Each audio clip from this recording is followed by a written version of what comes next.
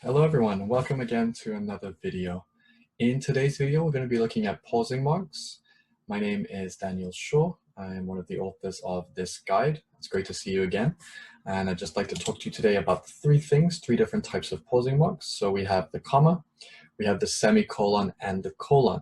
Now these can be quite tricky, so it's really important for you to have a look at these examples to try to look at some of the different ways we use them and be able to use them effectively in your own writing.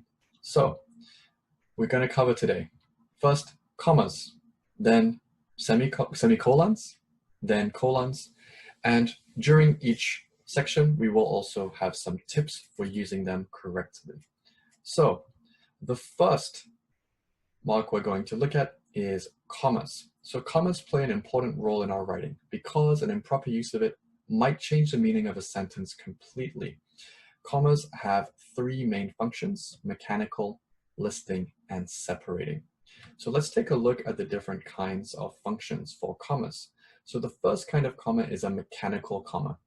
And there's four different ways we can use a mechanical comma. The first way is to use a comma with numbers, usually after the first digit of a four-digit number. So the example we have here, Vancouver usually receives 1,589 millimeters of rain per year.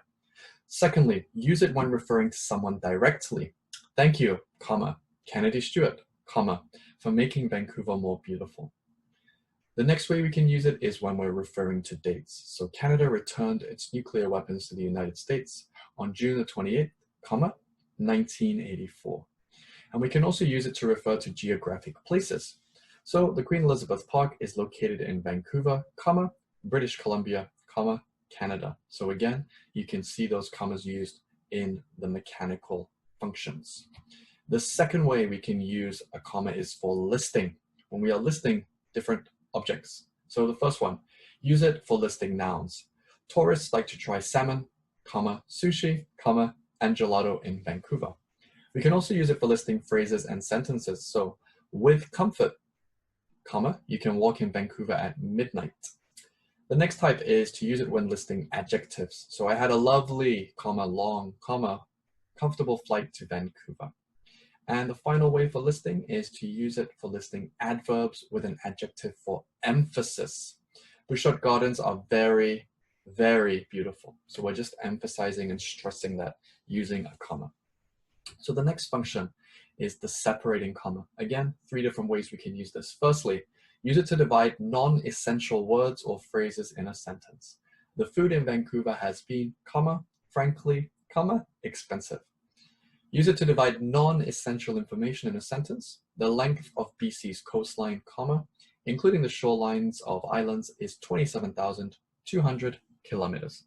Again, we can see the comma used to divide the non-essential information. And we can also see from earlier in the number, in the digits. So 27,000, we have the comma there separating. And then finally, use it with relative clauses in complex sentences. The skyscrapers in downtown Vancouver, comma, which are expensive, comma, are everywhere. Which are expensive is an indefinite relative clause that gives extra information for the noun, skyscrapers in the sentence. So, a couple of tips here. Be careful how to use a comma in the middle of a sentence. The first electric streetlights in Vancouver on August 8th, 1887 were lit by the city. So take care in the middle of a sentence. One of the biggest mistakes in students' writing is comma splice, which is where two independent clauses are connected with a comma. Let me show you an example. Incorrect. Vancouver has thousands of islands. It has one of the longest coastlines in North America. Vancouver has thousands of islands. Period, full stop. It has one of the longest coastlines in North America. So that would be how to avoid a comma splice.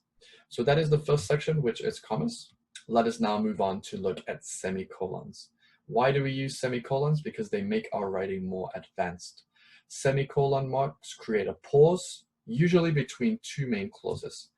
Semicolon is stronger than a comma when a pause is needed. However, it's weaker than a period mark. So let me show you what I mean. So here we have three different functions and three different examples again. So as we can see in the first function, we use it between independent clauses to create a compound sentence. Around 50% of the residents in Vancouver are not Vancouverites, semicolon. This city, or the city, is famous for its ethnically diverse population. So we can create a compound sentence, two different ideas, we can connect them using a semicolon. The second function, we use it between independent clauses with a conjunctive adverb to create a compound sentence. Some common conjunctive adverbs, however, moreover, for example, etc. Let's look at the example. The eco-activist group Greenpeace was founded in Vancouver in 1971, semicolon, consequently, so we can connect it with a conjunctive adverb. This city is a pioneer in preserving the environment. Next, it is used as a super comma in lists with a comma. The Nordstrom in Vancouver offer fancy brands on the lower level, semicolon, Burberry, Fendi, Gucci, Prada, and Home Decors on the second floor, semicolon, lighting and lamps, picture frames, and rugs. So again, we can use it as a kind of a super comma to separate information. So I've left this note here. Use semicolons to make your writing more advanced. Look at the difference when we use semicolons compared to just commas or other types of marks. It is stronger and longer than a comma, but weaker than a period. Remember, periods show a definitive end to the sentence, but semicolons can also be very useful. So let's move on and let's look finally at colons. We looked at semicolons, let's look at colons here. Colons have grammatical and non-grammatical uses. So I wanted to show you those immediately so we can see the difference between grammatical and non-grammatical uses. I'm just going to move down here so we can see this. So the three grammatical uses of colons. First of all, it introduces a list. The city of Vancouver has a number of streets named after Spanish people. Colon, Cordova, Cordero, Valdez, and Navarez. It appears between two independent clauses when the second explains the first. So this is quite a long sentence. We need to use this for explanation. BC is home to the two largest Douglas fir trees in Canada. Colon, Red Creek Fir, 73.25 meters, is in the San Juan River Valley, and Big Lonely Doug, 70.2 meters, is near Port Renfrew, Vancouver Island. So as you can see, the colon is used to explain the first sentence. And then finally, it's used to emphasize a phrase at the end of a sentence.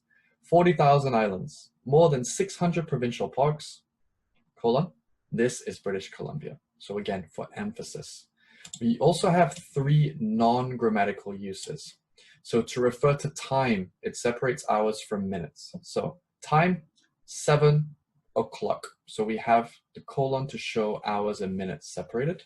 To refer to ratio of two numbers, so 1 to 5, 1 to 4, 1 to 2, and so on, in business and personal letter email writing. Dear Vancouverites, colon, CC or BCC, attention, colon, Mayor Stewart.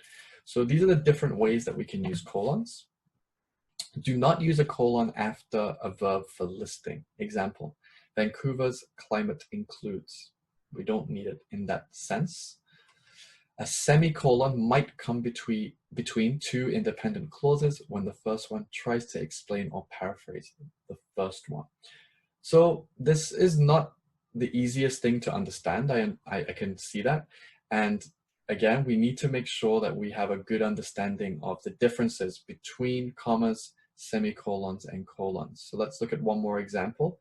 Vancouver is indeed expensive, colon. The costs of living are not comparable to the other provinces. So we can see some differences here.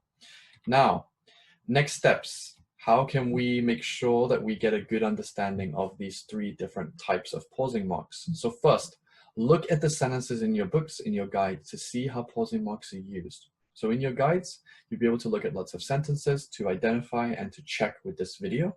Secondly, practice the quiz in the next sections of the booklet. There are some quizzes at the end where you can look at some different examples to practice and get a good understanding of the different types of pausing marks. And then finally, look at the examples of pausing marks in context. So there's some Instagram posts that are in your guide. Have a look at those to see in real life what those different pausing marks might look like. So I hope you found this video useful. And again, please do keep practicing and taking time to check these different pausing marks because they can be a little bit tricky.